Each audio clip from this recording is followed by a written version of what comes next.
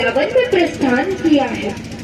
काका जी कंस ने अब जैसे ही कृष्ण के पास आए और कृष्ण अक्रूर जी से कहने लगे, अरे काका जी, हमें पता है आप यहाँ क्यों आए हो, हमें पता है आप हमें लेने के लिए आए हो, लेकिन हमें कंस मामा मारने के लिए बुला रहे हैं, ये बात यहाँ किसी से मत कहना, क्योंकि पता है यहाँ जो लोग हैं ना, गोपियां हैं, वो मेरे लिए ही जीती हैं, और ये बात आप यहाँ कह दोगे तो कोई जीवित नहीं बचेगा कि कंस मामा ने हमें मारने के लिए बुलाया है।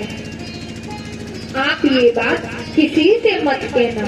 श्री कृष्ण और बलराम अक्रूर जी को लेकर नंद बाबा और यशोदा के पास आ गए। वहीं रात्रि में विश्राम किया और वहाँ से सभी गोपियों से मिलकर आए। राधा जी हैं, उनसे मिलकर आए। ये सारी खबर पूरे ब्रज मंडल में फैल गई कि कोई परदेसी कृष्ण को लेने के लिए आया है। कृष्ण ने पहले ही मना कर दिया कि काका जी, ये किसी से मत कहना कि मेरे कंस मामा ने मुझे मारने के लिए वहाँ बुलाया है, नहीं तो ये लोग मेरे विरह में मर जाएंगे। अब सभी लोग एकत्रित होकर के, जितने भी ब्रजमंडल वासी हैं, सभी एकत्रित होकर के कृष्ण के पास आ जाते हैं और कहने लगे, अरे कन्हैया, हम तुम्हें कहीं नहीं जाने देंगे। कन्हैया कहने लगे, आप चिंता ना करो, हम परसों ही वापस लौट आएंगे। अरे भैया, तुम क्यों रोती हो, हम परसों ही यहाँ जाएंगे। यशोदा कहने लगी, अरे नहीं लल्ला, मैं तुम्हें वहाँ नहीं भेज सकती, मैं तुम्हारे बिना कैसे रहूंगी, मेरा तो तुम्हारे बिना घर में मन ही नहीं लगता। कन्हैया कहने लगे, अरे भैया, मैं परसों ही सुबह होते जल्दी यहाँ पहुँच जाऊँ। अपनी माता यशोदा को रोता हुआ छोड़कर, सभी ब्रजवासियों को रोता हुआ छोड़कर अक्रूर जी के रथ पर सवार होकर कृष्ण और बलराम वहाँ से चल दिए। अक्रूर जी को बड़ा दुख हुआ। क्या बात का दुख हुआ? अक्रूर जी सोचने लगे,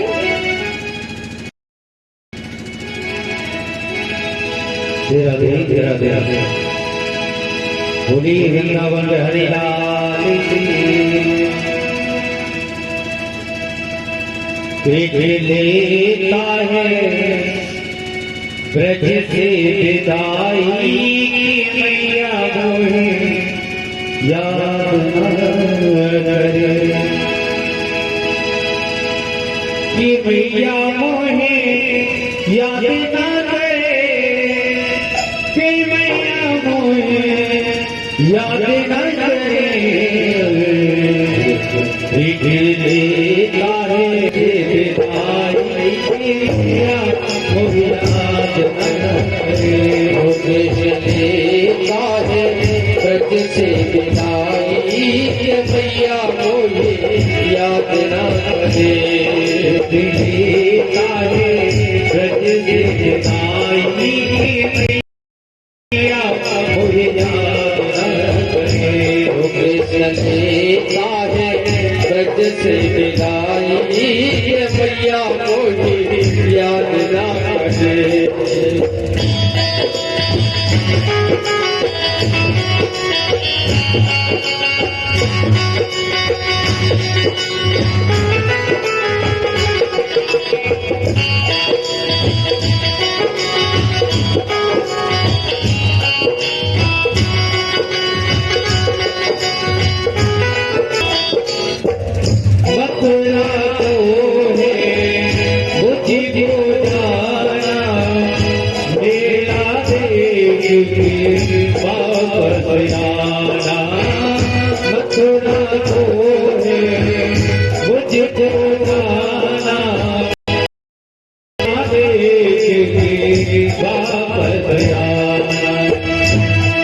तो रोती है क्यों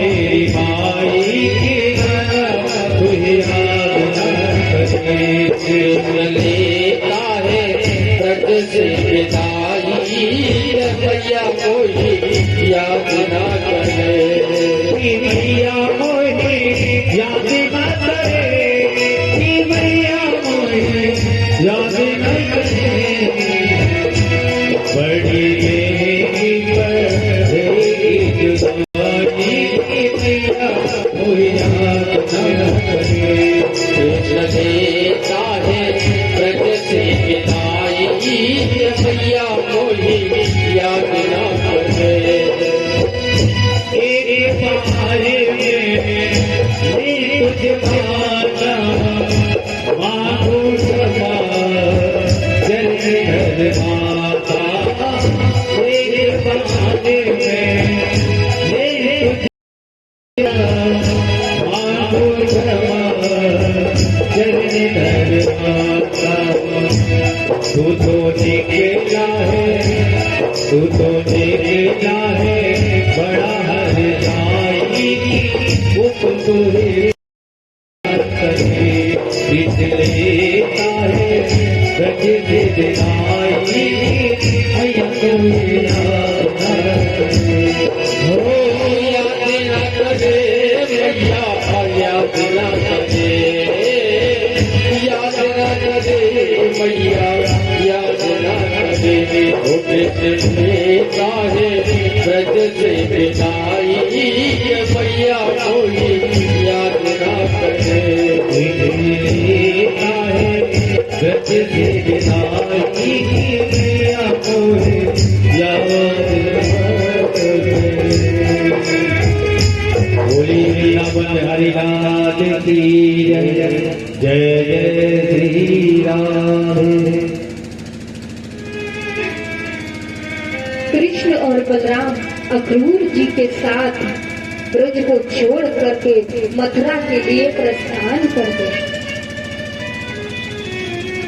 अब जैसे ही कृष्ण और बलराम ने मथुरा में प्रवेश किया तो अक्रूर जी ने कंस से जाकर कहा, महाराज मैं कृष्ण और बलराम को ले आया हूँ, अब मेरा काम खत्म हो गया। वहीं छोड़ करके मथुरा में कृष्ण और बलराम प्रवेश कर गए। अब मथुरा किसे कहते हैं? मथुरा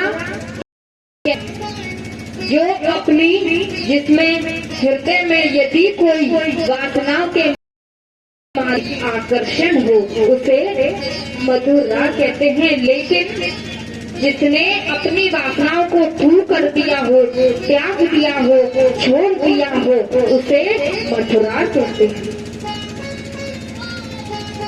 अब जैसे ही कृष्ण और बलराम मथुरा में प्रवेश करने लगे तो वहाँ के नर नारी कृष्ण का स्वागत करते। आज श्री कृष्ण की उम्र 11 वर्ष 55 दिन की हो। कृष्ण 11 वर्ष और 55 दिन का ये नन्हा सा कृष्ण मथुरा में प्रवेश करते। कंस बड़ा प्रसन्न हो रहा है, आज तो मैं अपने काल को मारकर ही रहूं। तो बलराम कृष्ण से कहने लगे, अरे भैया कृष्ण, अरे बलराम भैया, हम मथुरा में आए हैं। बलराम ने कहा, अरे कृष्ण, कंस मामा हमारे इस भेष में तो हमारा स्वागत करेगा ही नहीं। हमारे पास तो राजाशाही वस्त्र भी नहीं है। तो कृष्ण ने कहा, आप चिंता क्या करते हो? तो वहाँ राजाशाही वस्त्र पहनने के लिए एक धोबी के पास पहुंचे और धोबी से कहने लगे, अरे भैया ये वस्त्र हमें दे दो। तो धोबी ने कहा, अपने आप को देखा है? आपने इतने मैले वस्त्र पहने हुए हैं, कहाँ ये राजाशाही वस्त्र, कहाँ आपके मैले हुए वस्त्र? या यहाँ से आप एक ग्वालिया होकर के भी इन राजाशाही वस्त्रों को पहनने की कामना रखते हो। जैसे ही श्री कृष्ण से इस प्रकार के वचन बोले तो कृष्ण ने क्रोध में आकर के उस धोबी का सर धड़ से अलग कर दिया, उसका भी उद्धार कर दिया। और उस धोबी के यहाँ पहुंच करके मन चाहे वस्त्र पहन। अब वस्त्र तो पहन लिए, बलराम कहने लगे वस्त्र तो पहन लिए, लेकिन तिलक छापे तो हुए ही नहीं अपने। तो कृष्ण तिलक लगवाने के लिए उधर गलियों में घूमने लगे। जैसे ही वहां घूमने लगे तो मार्ग में उन्हें एक नारी मिली जो 3 जगह से टेढ़ी मेढ़ी थी। उसकी कमर कैसी थी? 3 जगह से टेढ़ी मेढ़ी, चेहरा बड़ा भीभत्स था, काली थी बेचारी, और वह शरीर से कैसी थी? कुबड़ी थी, जिसे लोग कुब्जा कहा करते थे। तो प्रभु ने कहा चंदन तो ये लेकर जा रही है, और उसके हाथ में चंदन का पात्र था। तो प्रभु ने कहा अरे सुंदरी सुनो। तो कुब्जा ने ज्यादा ध्यान नहीं दिया, क्योंकि उस बेचारी को कोई सुंदरी कहता ही नहीं था। वो आगे बढ़ने लगी तो कन्हैया ने फिर से कहा अरे सुंदरी सुनो, मैं तुमसे ही कह रहा हूँ। तो फिर से ध्यान नहीं दिया, फिर से आगे बढ़ने लगी। तो कन्हैया ने कहा अरे सुंदरी सुनो, मैं तुमसे ही कह रहा हूँ, ये चंदन का पात्र लेकर कहाँ जा रही हो? कुब्जा ने मुड़ करके देखा। कृष्ण ने पूछा आप अपने हाथ में ये चंदन का पात्र लेकर कहाँ जा रही हो? ये चंदन हमें लगा दो। कुब्जा बड़ी प्रसन्न होने लगी और कहने लगी मैं कंस की दासी हूँ, मेरा नाम तो सैरंद्री है, लेकिन कमर 3 जगह से टेढ़ी होने के कारण लोग मुझे कुब्जा कहते हैं। मैं सुंदर नहीं, इसीलिए मुझे कुब्जा कहा जाता है। क्या आप मेरे हाथ का चंदन लगाना पसंद करेंगे? ये तो सोचना, ये जनरेटर चल रहा है, 10-5 मिनट में इसकी दम उठने वाली है और ये अपने प्राण छोड़ जाएगा। इसकी खुराक खत्म हो चुकी है। साउंड वाले में गए सोचे तो जाता है और बतावे वो जब बिल्कुल बंद नहीं जाएगा। इसलिए कृपा करके डीजल की व्यवस्था कर दी जाए, इसलिए ये जनरेटर चलता रहेगा।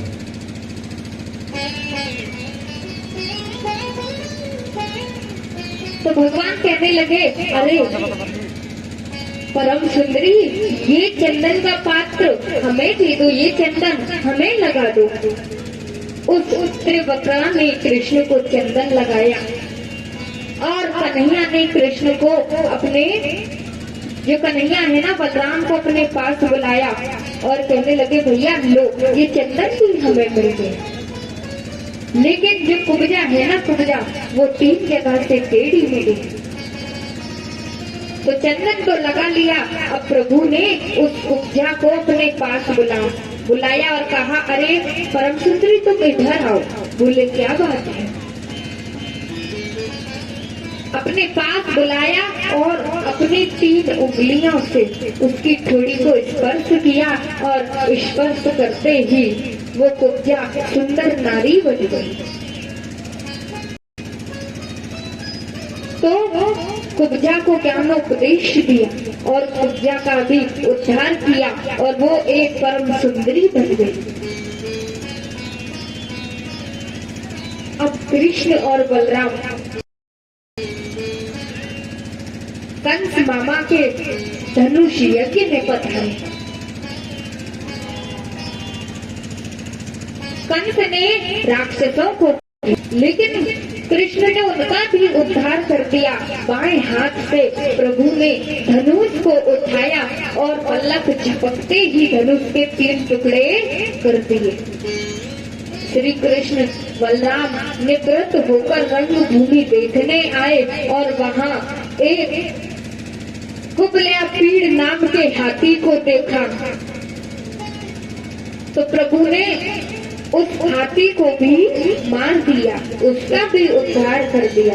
अब ये सूचना कंस को मिली, हाथी को भी मार दिया। तो सैनिक ने आकर कहा, अरे महाराज, आपने कृष्ण को यहाँ क्यों बुला लिया?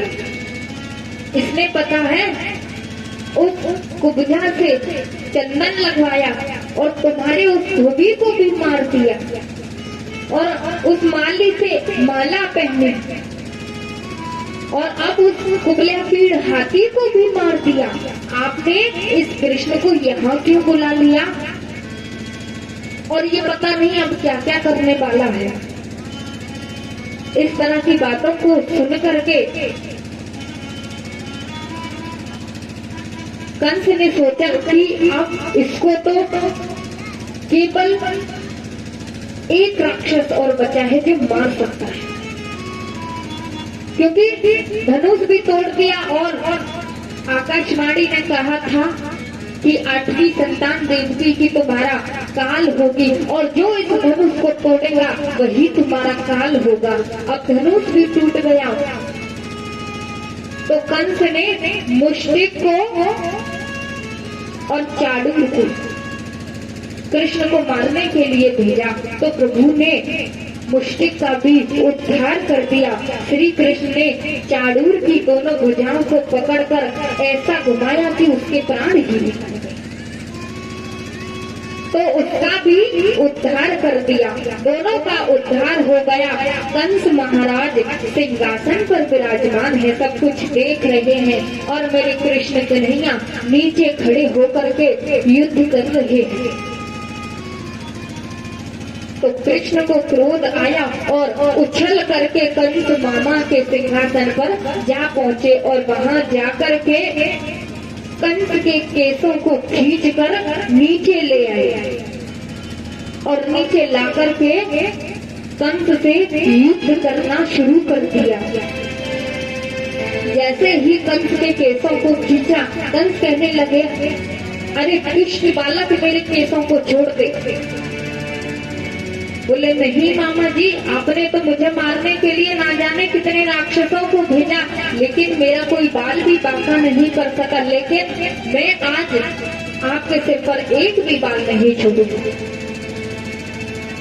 युद्ध होने लगा दोनों के बीच में। तो कंस का भी उद्धार मेरे कृष्ण ने कर दिया। बोले वाके बिहारी लाल की जय हो।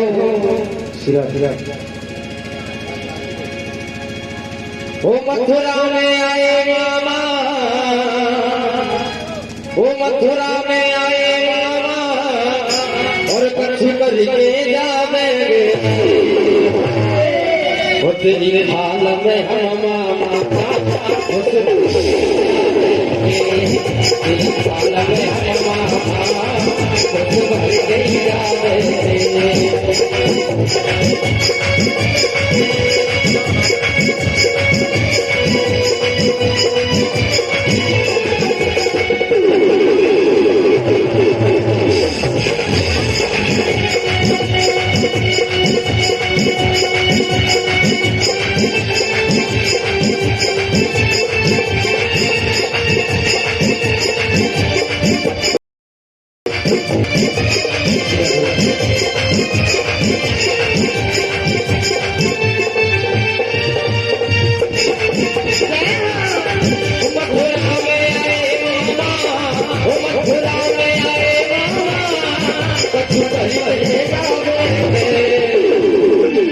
तेरे हाल में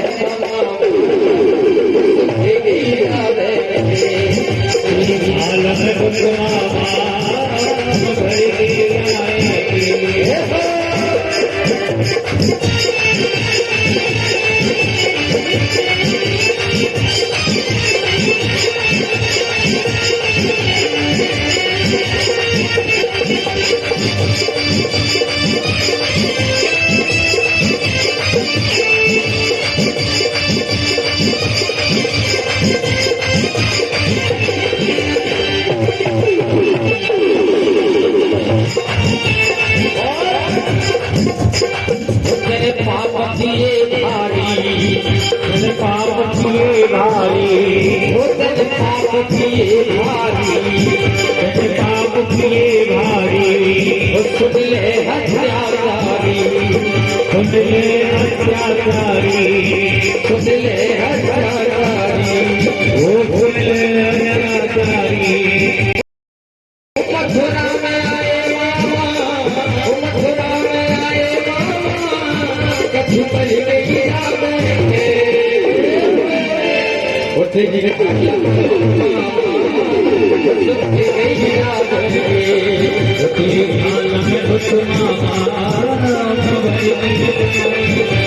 और तेने पाप करे भारी, तेने पाप करे भारी, तेने छे पुत्र मारे, दुख काल नहीं आयो, तू मरो हत्यारी। नहीं आयो तू करो हत्यारी, दुख काल नहीं आयो, तू मरो हत्यारी। तेरी नगरी में मामा, तेरी नगरी में मामा, तेरी नगरी में मामा, उधर के जाए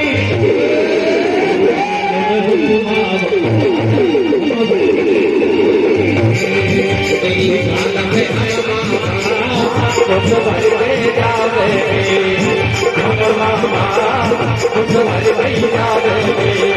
तेरी गाल में हम मामा कुछ भर दे जावे।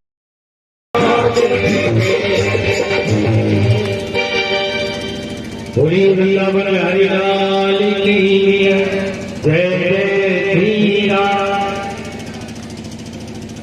तो इस प्रकार कृष्ण ने कंस का उद्धार कर दिया।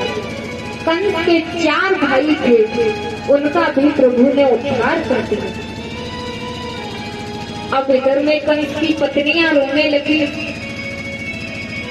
तो कृष्ण उनको आत्म उपदेश देने लगे। कृष्ण ने आत्मा के प्रति उनको उपदेश दिया। नाना उग्रसेन को राजगद्दी पर बिठाया और अपने माता पिता देवकी और वसुदेव को भी कारागार से मुक्त करा। उनको मुक्त करा करके प्रणाम किया। वसुदेव देवकी ने कृष्ण को अपने हृदय से लगाया और देवकी मैया अपने लल्ला को देखकर रोने लगी और कहने लगी, आज मेरा कृष्ण कितने वर्षों बाद मेरे सामने आया है। ये मुझे आज ऐसा लग रहा है कि मेरी सारी खुशियां वापस मुझे। अपने कृष्ण को देख करके देवकी मैया प्रेम जताने लगी, अरे लल्ला कितने दिनों में आए हो।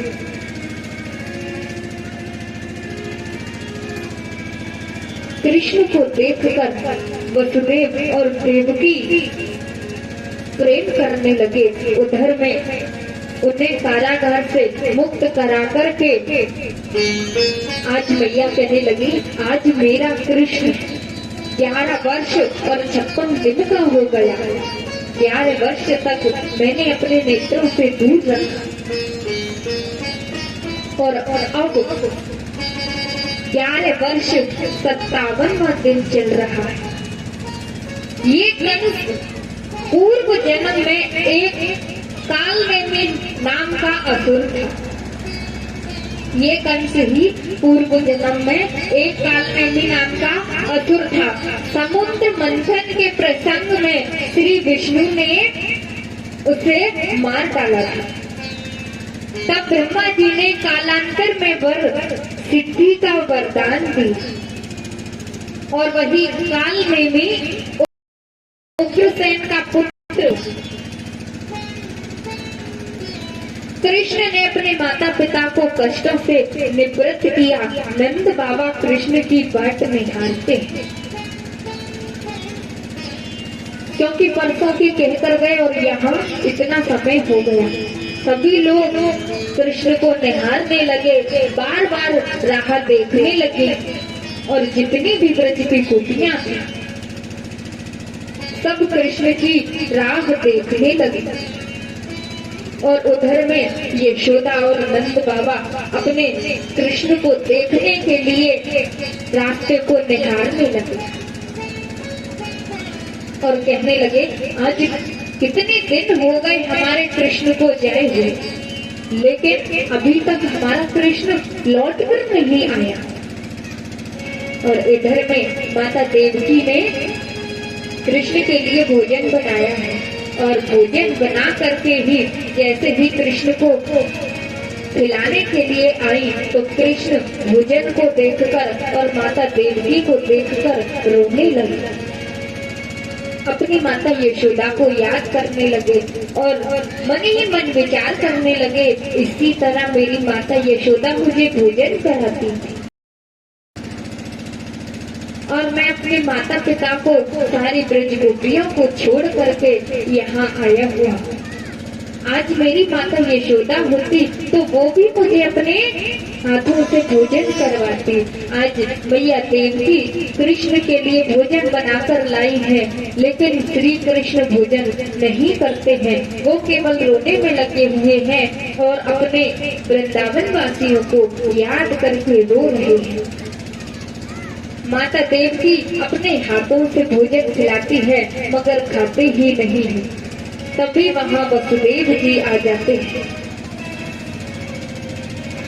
वसुदेव जी को ये सब बातें माता यशोदा ने, माता देवकी ने कही कि हमारा कृष्ण तो हमें पहचानता भी नहीं, ये तो हमारे हाथ से भोजन भी नहीं करता, ना जाने हमारे कृष्ण को क्या हो गया है। मैंने भोजन खिलाया लेकिन ये भोजन खाता ही नहीं। उसी समय वहाँ यदुवंशियों के मंत्री बृहस्पति भगवान के परम प्रिय मित्र उद्धव जी वहाँ आ गए।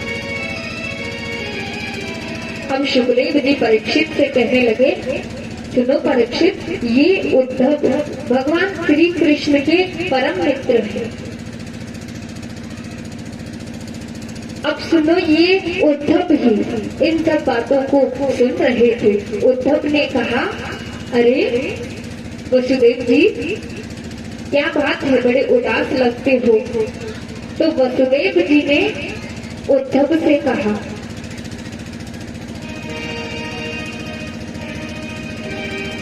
वसुदेव जी ने उद्धव से कहा, अरे पुत्र, हमारा पुत्र तो हमसे रूठ गया है, हमारा कृष्ण कन्हैया तो हमसे रूठ गया है, हमको भूल चुका है। देवकी ने भोजन करवाया लेकिन भोजन खाया ही नहीं। कृष्ण के पास तुम जाओ और कृष्ण से जाकर तुम कहो, तुम ही उससे जाकर पूछो कि क्या बात है, वो भोजन क्यों नहीं करता, वो क्यों रोता रहता है, वो क्यों उदास बैठा रहता है। हमारा कृष्ण तो बड़ा सुंदर था, खुशहाल रहता था और आज अचानक उसे रोता हुआ देखकर मुझे बड़ा संकोच हो रहा है कि मेरा पुत्र रो रहा है। अरे उद्धव, तुम ही जाकर पूछो ना कि कृष्ण को क्या परेशानी है, वो क्यों रोता है, क्या वो हमें भूल चुका है। उद्धव ने कहा, आप चिंता ना करो, मैं अभी जाकर देखता हूँ, अभी जाकर कृष्ण से पूछता हूँ क्या बात है, वो क्यों रोते हैं, वो क्यों खाना नहीं खाते, वो तुमसे क्यों बातें नहीं करते। वसुदेव जी कहने लगे, जिस दिन से कृष्ण मथुरा में आया है उस दिन से उदास ही रहता है। परीक्षित जी सुनो, सतीश भाई मेरी आवाज सुन रहे हो, कृपा करके स्पीकर निकल चला जाए। तो परीक्षित जी, कहाँ चल रही है हमारी कथा? नहीं, झूठ मत बोला करो, वो बात नहीं कर रहे, आप सो रहे थे। तो परीक्षितानी मैया, आप बताओ कहाँ चल रही थी कथा?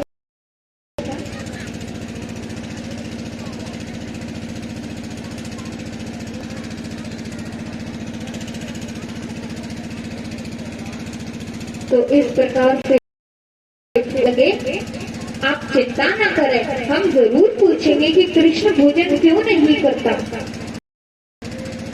तो उद्धव ने आकर के कृष्ण के पास आकर पूछा, अरे भैया कृष्ण, तुम क्यों उदास बैठे हो? इतनी बातें सुन करके कृष्ण जोर जोर से रोने लगे और जोरों से रोने लगे। उद्धव ने वसुदेव जी से कहा कि मैं जरूर प्रयास करूंगा कृष्ण को मनाने का, उन्हें खुश करने का।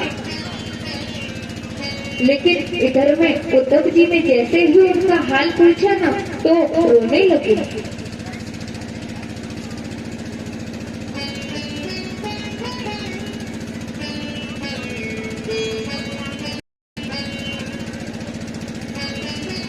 उद्धव जी उनका सारा वृत्तांत जानना चाहते थे।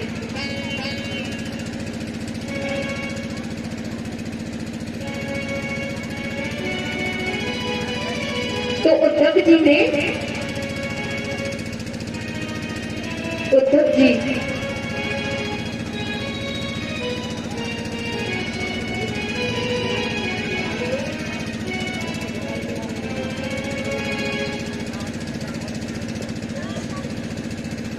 उद्धव जी कहने लगे कि कृष्ण, तुम इतने उदास क्यों रहते हो?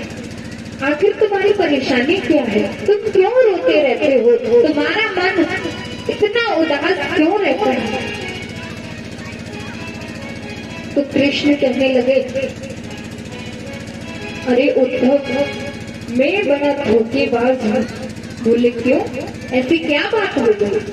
बोले, मैं अपने ब्रजवासियों के, अपने माता पिता को परसों के कहकर आया था, लेकिन यहाँ वर्षों व्यतीत हो गई। कृष्ण बोले, इतना अभिमान जिन गोपियों ने पर ब्रह्म को अंगुलियों पर नचा दी, वो सारी गोपियां आज मेरी राह देखती हैं। तो उद्धव कहने लगे, तो तुम्हारी परेशानी क्या है? तुम उन्हें याद करते हो, क्या वो तुम्हें याद नहीं करते होंगे? बोले, यही तो परेशानी है, आज मुझे उन सबकी याद आ रही है, वो लोग भी मुझे याद करते होंगे। मैं परसों की कहकर आया था और यहाँ वर्षों व्यतीत हो गए। आज मुझे ऐसा लग रहा है कि मेरे बिना सारा ब्रज सुना सुना हो गया है, वो शायद मेरी राह देखते होंगे। अरे उद्धव, तुम ऐसा करो, तुम वहाँ जाओ और वहाँ देख कर आओ कि लोग मेरी प्रशंसा क्या करते हैं, क्या प्रशंसा करते हैं। मुझे पता है गोपियों में मेरे प्रति अधिक भाव होगा। सारी गोपियां उदास रहती हैं। जिस दिन से मैं ब्रजमंडल को छोड़कर आया, उस वृंदावन को छोड़कर आया, उसी दिन से सारी गोपियां निराश रहने लगी और किसी भी गोपी ने अपने घरों में काम नहीं किया, केवल एक ही राह देखती थी कि हमारा कृष्ण आता ही होगा। ये सारी बातें उद्धव से कही। अरे उद्धव, तुम जाकर देखो ना कि सारे ब्रजवासियों का क्या हाल है, तुम जाकर समाचार लेकर आओ। तो उद्धव ने कहा, मैं चला तो जाऊंगा, लेकिन वहाँ ज्यादा देर नहीं रुकूंगा।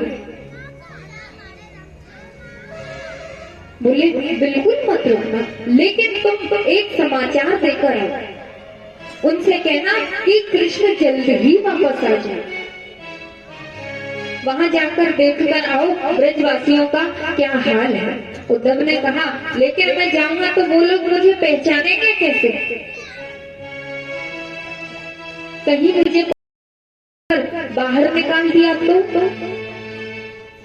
तो कृष्ण ने कहा, आप रथ को सजाकर जाइए और मेरे मोर मुकुट, जो पंखों वाला मुकुट है, वो मुकुट लेकर जाइए और मेरी पीतांबरी लेकर जाइए। आपको पीतांबरी के द्वारा और मुकुट के द्वारा पहचान लेंगे। और वहाँ जाकर के देखो वहाँ क्या हाल है। तो उद्धव रथ को लेकर के पीताम्बरी के आज देखने लगी करने का हे उद्धव चारे पाथी लेकर के लेकिन एक बात का ध्यान रखना, जिस माँ से मैं वादा करके आया कि मैं कल आ जाऊँ या परसों आ जाऊँ, लेकिन परसों जीत गए नहीं, लेकिन माँ से बस मेरा एक ये संदेश दे देना और क्या करना लगे। वो तो मैया से कहियो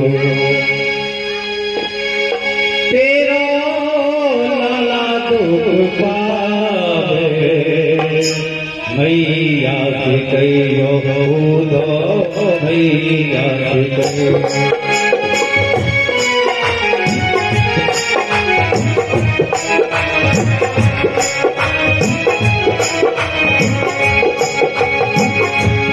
तेरा लाला दुख पावे, मैया से कहियो मैया से कहियो।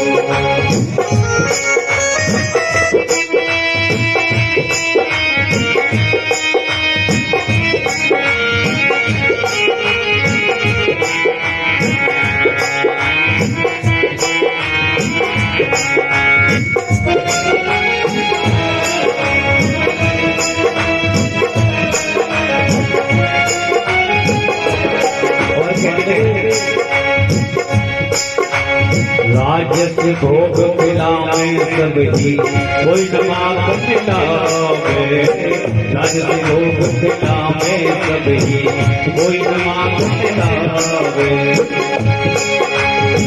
खाने को मेरे जग में मैया, खाने को मेरे जग में मैया कोई नहीं आवे, मैया से कहियो वो तेरा लाला दुख पावे, मैया से कहियो।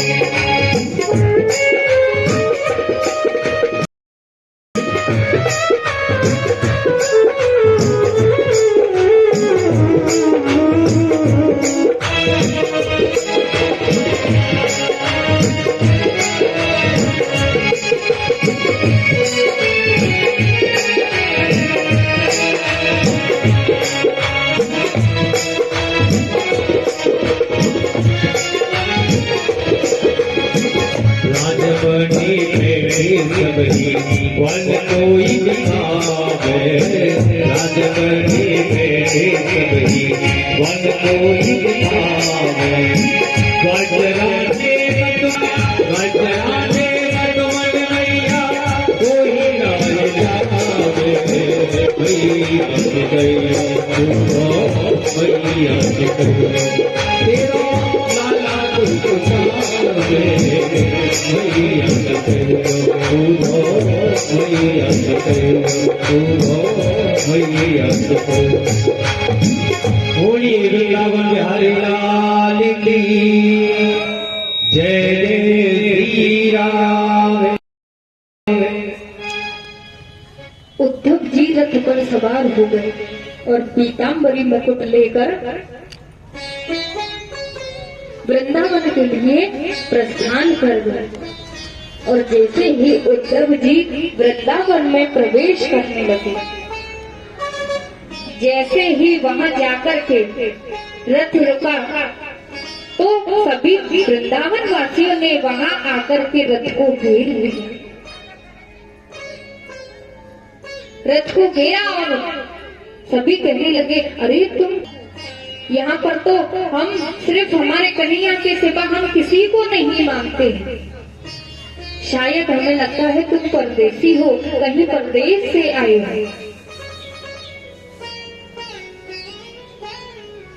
और ये पीताम्बरी तो मेरे कृष्ण की है, तुम इसे लेकर कहां से आए हो? रथ को घेर लिया और जैसे उद्धव रथ से नीचे उतरे तो सबसे पहले वहां जा करके यशोदा के महलों में और यशोदा से कहने लगे। यशोदा के पास पहुंचे, यशोदा रोने लगी। रो रो कर यशोदा मैया का बुरा हाल हो गया। तो वहां जाकर के उद्धव ने कहा, अरे मैया तुम क्यों रोती हो? मैं कृष्ण का मित्र उद्धव हूँ और मैं कृष्ण का संदेश लेकर आया। तो यशोदा मैया कहने लगी, अब संदेश लेकर ही आई हो, अब रह ही क्या गया? मेरे कुछ दिनों के इस शरीर में जीवित रहना ही संभव है। इतने दिनों बाद आए हो, वो भी संदेशा लेकर। मेरे कृष्ण को अपने साथ क्यों नहीं लाए? तो उद्धव कहने लगे, अरे मैया वो किसी कारणवश नहीं आ सके, लेकिन क्या आपको नहीं लगता आप उन्हें याद करती हो, वो भी आपको याद करते हैं, बहुत याद करते हैं। यशोदा मैया कहने लगी, कैसा है मेरा कृष्ण? परसों की कहकर गया और वर्षों बीत गए, आज तक लौट कर नहीं आया। मैया कहने लगी, क्या मेरा कृष्ण भोजन करता होगा या नहीं करता होगा? ना जाने किसके साथ खेलता होगा, ना जाने क्या क्या करता होगा। यहाँ मुझे कृष्ण के बिना कुछ भी अच्छा नहीं लगता। मैया से मिलने के बाद में वहाँ सभी गोपियां भी आ जाती हैं। गोपियां कहने लगी, वारे कन्हैया, इतने वर्षों बाद केवल समाचार भेजा है, हम राह देख कर थक गए। ना जाने कितने वर्ष व्यतीत हो गए, आज तक तुम लौट कर नहीं आए, और भेजा भी तो अपने मित्र को संदेश लेकर, हमारा हाल जानने के लिए। उद्धव बोले, देखो गोपियों में उद्धव हूँ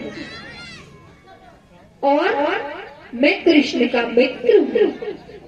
उद्धव जी यशोदा और नंद बाबा से मिलकर के सबके मन में भाव देखा, प्रेम देखा। उधर में राधा जी भी रो रो कर एकदम लकड़ी की तरह सूख गई।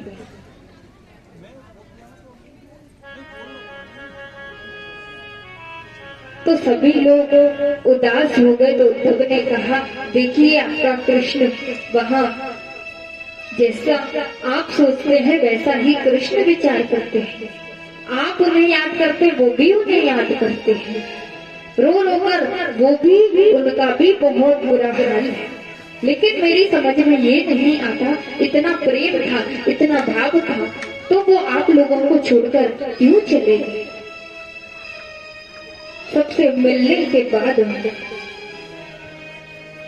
गोपियों से कहने लगे, अरे गोपियों, आंसू बहाना बंद करो। और जवाब दिया गोपियों ने, वो तो हमारा मन केवल कृष्ण को चाहता है, मन में केवल कृष्ण बसे हुए हैं। मन को ब्रह्म में लगाना ये तो ठीक है,